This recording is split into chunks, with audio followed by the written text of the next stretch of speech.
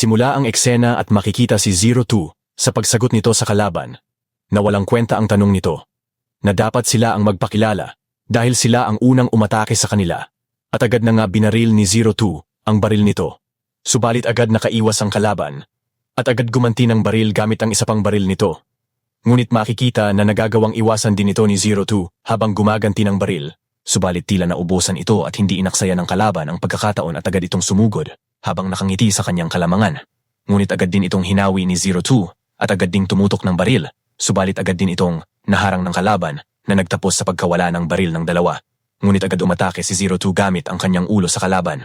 Naiinis habang dumudugo ang ilong nito, agad din itong gumanti ng atake na direktang tinamaan nito si Zero Two na nagpaatras dito. Subalit makikita din naman na nagawang harangin ito ni Zero Two sa tamang oras. Ngunit muling umatake ang kalaban at nagawang makaiwas muli ni Zero Two. Habang makikita naman ang kalaban nagyayabang na kung akala daw ba ni Zero Two ay matatalo siya nito sa mano-manong labanan. Subalit gumanti ng atake si Zero Two sa tagiliran ng kalaban at agad sinundan ng atake sa muka. Ngunit tila ayaw pa rin magpatalo ng kalaban at mabilis na gumanti ito ng atake na agad din naman naharang ito ni Zero Two, subalit napaatras ito. At sa pagngiti ng kalaban, habang sinasabing kung akala daw ba nitong matatalo siya nito gamit lamang ang simpleng kamao, ngunit sumagot lamang si Zero Two habang may hawak na patalim, na wala nga daw itong balak talunin siya sa simpleng kamao lamang. At dito biglang nagulat ang kalaban na tila may tumutulong dugo mula sa kanyang braso. Napapaisip ito kung kailan nagawa ni Zero Two na umatake gamit ang patalim. Subalit makikita na nga muli si Zero Two sa pag-atake nito. At sa oras na malapit na itong tumama, agad itong hinawi ng kalaban at dito makikita na may hawak na rin itong patalim. Mabilis na nga itong umatake na nagawa namang makaiwas ng mabilis ni Zero Two. Subalit agad din muli itong umatake at nagawa ni Zero Two na makaiwas muli at agad na makapunta sa likod ng kalaban at mabilis na nagpakawala ng maraming hiwa. Subalit tila ayaw pa rin magpatalo ng kalaban at nagawang umatake pabalik kay Zero Two na muling nagpaatras dito. Samantalang habang makikita ang kalaban na tila pagod na sa pinsalang natanggap nito, makikita naman ang mahinahon na paglapit ni Zero Two dito. Subalit biglang may nagpaulan ng baril sa lokasyon ni Zero Two at mabilis itong nagtago at tumakbo palayo. Samantalang may sumisigaw naman sa pangalan ng kalaban sa di kalayuan.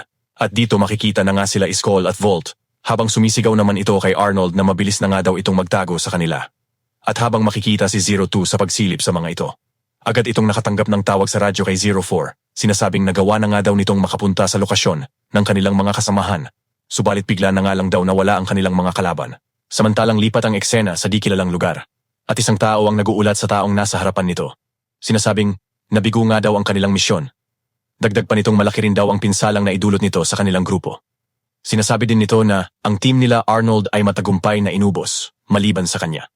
Samantalang sila Skull at Volt naman ay may 80% na pinsala sa kanilang grupo. At dito makikita ang galit ng kanilang pinuno. Hindi makapaniwala sa laki ng pinsala na naidulot nito sa kanila. Tanong pa nito ng may pagtataka, na kung isang malaking grupo ba ng army ang mga nakalaban ng mga ito sa halip ang kanilang target lamang. Subalit sumagot ang tauhan at kinumpirma nitong walang army kundi ang kanilang target lamang. Dagdag pa nito ang natayang bilang na ito ay 6 na tao lamang. At dito makikita ang matinding galit ng pinuno sa hindi makapaniwalang resulta ng kanilang misyon at sa kakaunting bilang ng kalaban, subalit ganito ang nagawa sa kanilang grupo. Subalit makikita lamang ang tauhan na walang masabi at natahimik lamang dahil iyon ang katotohanan. Samantalang lipat ang eksena sa bahay nila Eugene.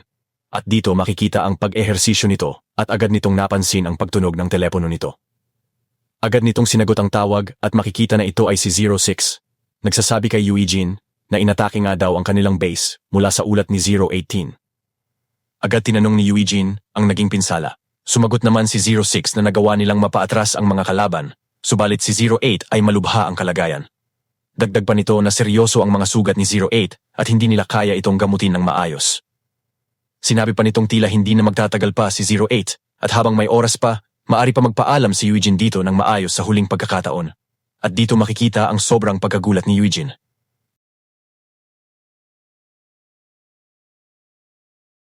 Umpisa ang eksena habang si Eugene ay handa nang umalis habang naalala nito ang nakaraan sa kanilang pagsasanay noon sa camp. Habang makikita si 08 sa paglapit dito, binabati nito ang pagkapanalo nito sa isang sparring match. At habang si Eugene ay makikitang tahimik lamang, dagdag pa ni 08 na ang teknik na pinakita nito ay mas mahusay sa kanyang nakalaban. Hindi rin kasi inasahan nito ang pagunlad ng lakas at stamina ni Eugene. At habang nakatingin ito sa nakalaban ni Eugene, Sinabi din nitong hindi ito masasabing isa sa pinakamalakas subalit nang nakaharap nito si Eugene, ay tila naging pabaya ito. Subalit agad din sinabi ni 08 kay Eugene. Sa napansin nitong pagbabago dito, kamakailan lamang ay hindi na rin ito magpapabaya sa kanya, at sa susunod mas magiging malupit na daw ito sa kanya. Subalit makikita na tahimik pa rin si Eugene. At sa napansin ni 08 sa laban, sinabi din nitong, si Eugene ay madalas hindi nagsasalita talaga. Subalit pagkatapos ng laban, ay tila may sinabi ito sa kanyang nakaharap.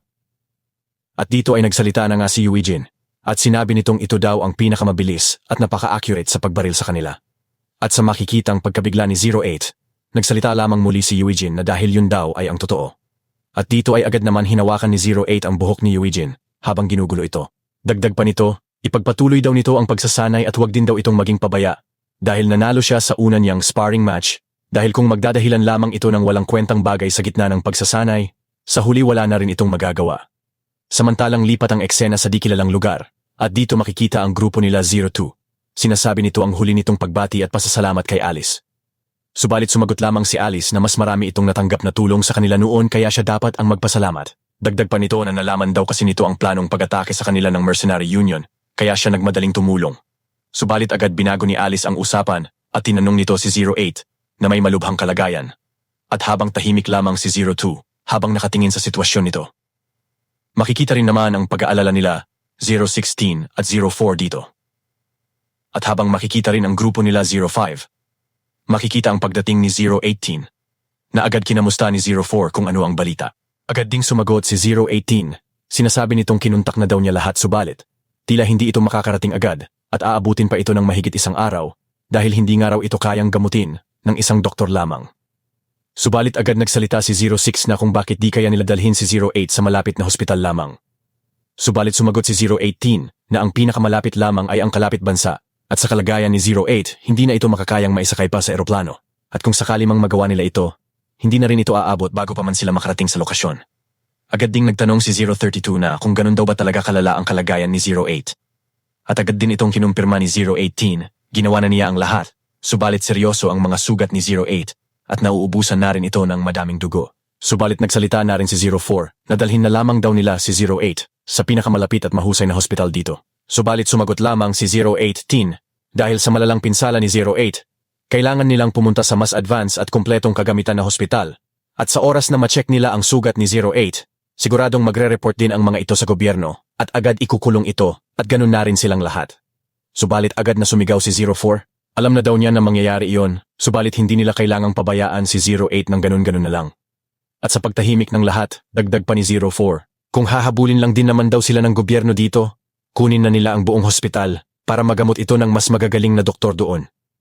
Subalit habang napapaisip si Alice sa nararamdaman ng mga ito sa kanilang kasama, agad itong nabigla sa pagtingin kala 02 na tila seryoso na ang mga ito at desperadong gawin ang sinasabi ni 04. At habang napapaisip si Alice sa mga ito na kung gagawin ba talaga nila ang planong iyon, agad din naman tumunog ang telepono ni 02. Agad niya itong sinagot.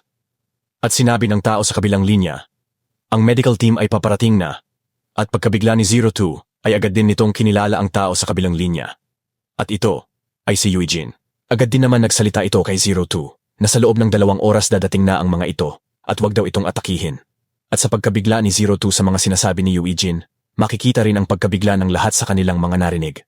Dagdag pa ni Eugene na ang dadating ay kumpleto ang mga gamit ganoon din ang sapat na doktor na gagamot dito. Kaya agad itong humiling ng record sa kumpletong kalagayan ni 08 at agad daw isend sa kanya. At dito ay agad inutusan ni 02 na gawin kaagad ang bagay na iyon.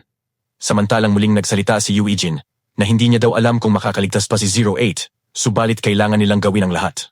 Sinabi din nitong papaalis na rin ang kanyang eroplano at magkita na lamang daw sila sa lokasyon. At dito ay tahimik lamang na sumagot si 02 habang binabana ang telepono. Samantalang makikita naman si 05 sa pagkabigla sa kanyang narinig. At agad nitong tinanong si 02 kung tama ba ang kanyang narinig. Subalit makikita ang paghinga ng maluwag ng lahat sa kanilang narinig kay Eugene. At ganun din ang pagngiti ni 04 sa ginawa ni Eugene para kay 08. Samantalang lipat ang eksena kay Eugene. Habang may tila kausap sa telepono, sinasabi nitong nasend na niya ang record ng kalagayan ni 08. At dito makikita ang tao sa kabilang linya na sumagot agad na ipapadala na daw niya ang record sa medical team.